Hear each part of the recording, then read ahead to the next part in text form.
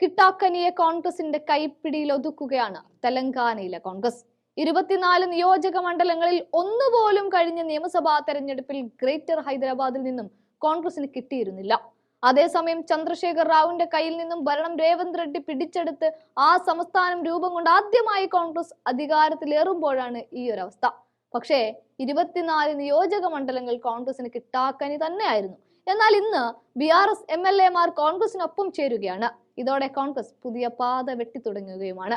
അതായത് greater Hyderabad municipal കൗൺസിലിലെ 4 BRS കൗൺസിലർമാർ കൂടി കോൺഗ്രസിൽ ചേരുന്നു എന്നുള്ളതാണ് വാർത്ത. ഇതോടെ കൗൺസിലിലെ കോൺഗ്രസ് അംഗസംഖ്യ 23 ആയി. 24 സീറ്റുകളിൽ BRS-ഉം BJP-യും ഒക്കെയായി വിജയിക്കുകയാണ് ഉണ്ടായത്. കോൺഗ്രസിന് ഒന്നുപോലും കിട്ടിയില്ല. ഇങ്ങനെയായിരുന്നു കണക്കുകൾ. ഇവിടെ അന്ന് കോൺഗ്രസിന് തുണച്ചതോ ഗ്രാമീണ മേഖലയിൽ നിന്നുള്ള വോട്ടർമാർ മാത്രമാണ്. അവരാണ് ഈ അധികാരം സമ്മാനിച്ചത്. ഗ്രേറ്റർ ഹൈദരാബാദ് മുനിസിപ്പൽ പരിധിയിൽ നിന്നുള്ള BRS MLA-മാരിൽ ചിലരും നേരത്തെ കോൺഗ്രസിൽ ചേർന്നിരുന്നു. അതായത് വോട്ടിങ്ങിന് ശേഷം അതിന്റെ ബലം വന്നപ്പോൾ ഒരു സീറ്റ് പോലും ഇല്ലാതിരുന്നിടത്താണ് BRS-ൽ നിന്ന് ഓരോരുത്തർ കോൺഗ്രസിലേക്ക് ചേക്കേറിക്കൊണ്ടിരിക്കുന്നത്.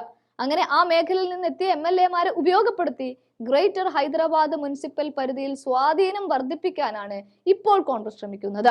ഒന്നുപോലും ഇല്ലാത്തിടത്ത് നിന്ന് എന്തെങ്കിലുമൊക്കെ ഉണ്ടാക്കുന്ന അങ്ങനെ കിട്ടാക്കനെ പിടിച്ചൊതുക്കാൻ ഇന്ന് കോൺഗ്രസിനാവുന്നു എന്നുള്ളതാണ്.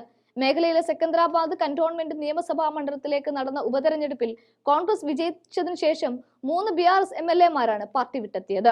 അതുകൊണ്ട് തന്നെ ഗ്രേറ്റർ ഹൈദരാബാദ് മുനിസിപ്പൽ മേഖലയിൽ സ്വാധീനം ഉറപ്പിക്കണമെന്ന തീരുമാനത്തിലാണ് ഇപ്പോൾ കോൺഗ്രസ്.